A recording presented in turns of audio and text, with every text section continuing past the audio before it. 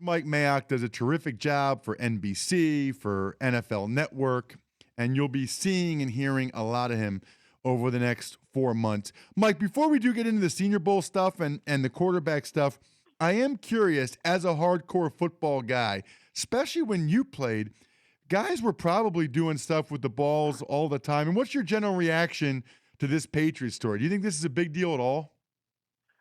I don't think it is from my perspective. And I understand, you know what's funny, Ross, is driving over to the stadium this morning, that's all most of the people wanted to talk about. But the two analysts, Charles Davis and I, could have cared less about it. So all the people that didn't play football absolutely love the story. And I get it. It's interesting. It's intriguing. Are they cheating? But I don't know who did what when I played, and I don't know who does what now, and I don't really care. So I guess that puts me in the minority, but, the Patriots are going to win that game regardless, so I really don't care. That's probably my biggest takeaway, Mike. The two things are, number one, I don't like any of this stuff because I think it takes away from the accomplishments of those guys. And having spent some time there, I think those guys deserve, the kudos that they've earned with all these victories. Plus, they won 45-7. Even after the ball was supposedly discovered, they ran the ball right down their throat. So if it was 21-20, it'd be a little bit of a different story. Speaking, by the way, of stories, I think it's interesting, Mike. I already saw a report from NewJersey.com. Mark Eckel does a nice job, covers the Eagles, saying that the Philadelphia Eagles are going to try to move up for Marcus Mariota. Now, I know he's an underclassman, and your focus has probably been mainly on the Senior Bowl and the seniors. I know there was a chance that Marcus was going to play in it, but based on your evaluation of him so far, I don't know how many games you've gone through, is he a guy worth making that much of a move for from what you've seen? First of all, we have no idea who's going to do what on April 30th. And rumors run rampant between now and then, and they're fun to talk about. I have no idea what would cost to move up from 20 to wherever, or whether or not Chip really is thinking about it. But here's what I would tell you about Mariota. I've only done 3 tapes so far. And the conversations I have with quarterback coaches and scouts and everything around the league about Mariota and Jameis Winston are complete contrary conversations. Because with Jameis Winston, you're talking about a kid that plays in an offense where you can see everything you want to see. And he throws with anticipation and timing. He's got tremendous toughness. Does he have some issues occasionally? Yes. But on the field, he checks off every box. Off the field, you're scared to death. With Mariota, off the field, you love him. This kid's going to be the face of your program and come in and work his tail off, no trouble off the field.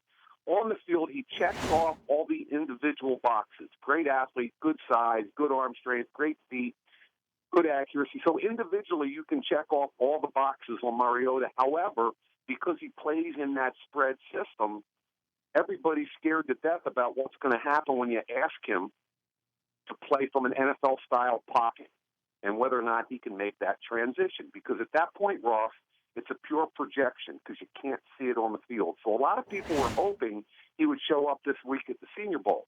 Now, regarding Chip Kelly and his offense, of course, A, he fits it, and B, Chip has a comfort level with the kid because he recruited him. So you can connect dots, and does it make sense? Sure. But whether or not any of that is based in reality, we won't know for 4 months. Yeah, I guess my take, Mike, and of course I'm talking to Mike Mayock, who is an NFL Network analyst. They're providing coverage of Senior Bowl practices today and tomorrow starting at 3 p.m. Eastern, and the game is this Saturday at 4 p.m. Eastern. I guess my take is, Mike, because of the concerns about Mariota, I would be weary of moving up, or wary. I always get those two confused, weary, wary. But whatever that is, I'd be that about moving up to get him, unless I was Chip Kelly. Chip Kelly's like the one guy, because the amount of information that he has about him, that if he did it, I'd say, okay, I'm comfortable with it.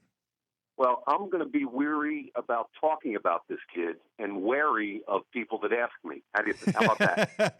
Very, very good. Now, how much of a big deal is it that he decided not to come to the Senior Bowl?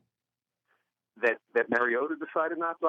Matter of fact, I just had this conversation in the stands with a very well-known guy with one of the teams, and nobody's going to knock the kid for not being here. He played in the national championship game. They played, 14 or 15 games. If he came here, it would have been a story, not the fact that he didn't come here. So I think everybody expected he wouldn't be here. Some of the people thought, well, maybe he could come and just kind of go to a couple of the meetings, maybe do one workout. But, I don't think anybody has any problem with Marcus Mariota not being here. Mike, it's interesting because I feel like last year, all we heard about was how it was the best draft in years and it's an awesome draft and look at the receivers and look at this position, look at that position. I have not heard that as of yet. We've got 30 teams that are no longer playing. The draft is their next big thing. What is this draft class overall? What have you seen? Is it good? Is it bad? Is it average? Where's the strength? Where's the weaknesses? I don't think it's as good as last year, but I think that you can look right now at certain positions and say they're really good or really bad. For instance, the quarterback position I think is really bad. And when I define positions, I talk about quality at the top and depth throughout. And at quarterback, you've got two kids at the top end that everybody is really interested in, but they have holes in their games, whether you like it or not, and then the depth is poor. Nobody has any idea who the third quarterback ought to be. And along those lines, why Brett Hundley turned down, really the conversation about the quarterbacks that turned down being here, it ought to center on Brett Hundley. That kid ought to be here trying to be the third quarterback taken. Why he didn't play, I have no idea. So the quarterback thing is bad this year. I think the safety class is very average at best, but again, we've got a really good wide receiver group this year. We also have a really good edge rusher group, so some guys that get after the quarterback, whether they're 4-3 ends or 3-4 outside backers, I don't care. They're just a bunch of talented edge guys. And some good linemen again, Ross. And I, for some reason, as a former safety, I like talking linemen more than most people, but there's a kid here named T.J. Clemmings from Pitt, and he played right tackle at Pitt. He was a high school basketball player. He only played 2 years as an offensive player in college football. He's raw.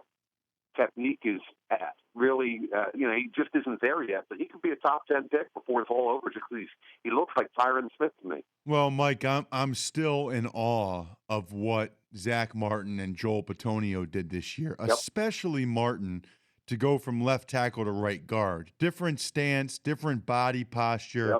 To be that good right away was just unbelievable. I mean, I'd like to see what he could do at tackle. He's that technically skilled that I bet if you put him out there, he'd probably do fine. Well, two of my favorite players in the draft last year were those two kids. And the comment I made last year was that Zach Martin was probably the only guy that could start at all five positions in the NFL. And I still believe that. And Bitonio, he was a left tackle at Nevada. If you put on the UCLA tape and a couple of where they played some pretty good edge guys, he was fine out there. So I think Bitonio, but a guy that reminds me of them a little bit this year is the highest-rated tackle, Brandon Scherf from Iowa. And I think ultimately he could play at least four of the five positions on the offensive line, and he might be best suited to guard, but he can play tackle. Mike, this is the first time we're going to see a running back go in the first round in a couple of years, right? I mean, that's a lock at this point? I would think so. Between Gurley and Gordon, Gurley's got the injury issue, which could hurt a little bit, but this Gordon kid is special. The running back group this year is outstanding. It might be as good a running back group as I've seen. Quality at the top, check, check, check. There's 3 or 4 outstanding guys, one of them whom is here, Amir Abdullah. But all the way through, there's tremendous depth. You can get a quality running back in the 3rd, 4th round. It's really a great class. Wrapping up with Mike Mayock, the NFL Network analyst. Check out his coverage of the Senior Bowl practices today and tomorrow, 3 p.m. Eastern. Saturday is the game at 4 p.m. Eastern. You said earlier, Mike, everybody's been saying the same thing about the issues that Winston has off the field and the issues with Mariota in terms of the system. If you down there at the Senior Bowl, if you talk to 10 coaches or 100 coaches, quarterback coaches, coordinators, what do you think that would be the bigger issue? What do you think they'd rather work with? The guy that has shown he can do the football part of it and work with the off-the-field stuff, or the guy that has all the off-the-field stuff done and just try to mold the talent that is Mariota into an NFL system? It's a great question, and I don't think you're going to get a consistent answer. What I do know is everybody is extremely comfortable with Winston as a football player. And by the way, his football IQ apparently is outstanding. His work ethic in the kid a lot. So you better do your homework off the field. You know, and you better be sure. Do your homework off the field. If you can get comfortable there, you got what you want. The Mariota conversation is just difficult. Everybody wants to love the kid, but they're scared to death of all the spread quarterbacks that have come out and can't handle an NFL system. So, Ross, we're going to be talking about this up until April 30th, and I'm going to be weary and wary. Sounds good, Mike. Thanks for the time, man. I appreciate it. Thanks, brother. See you. There he is, Mike Mayock.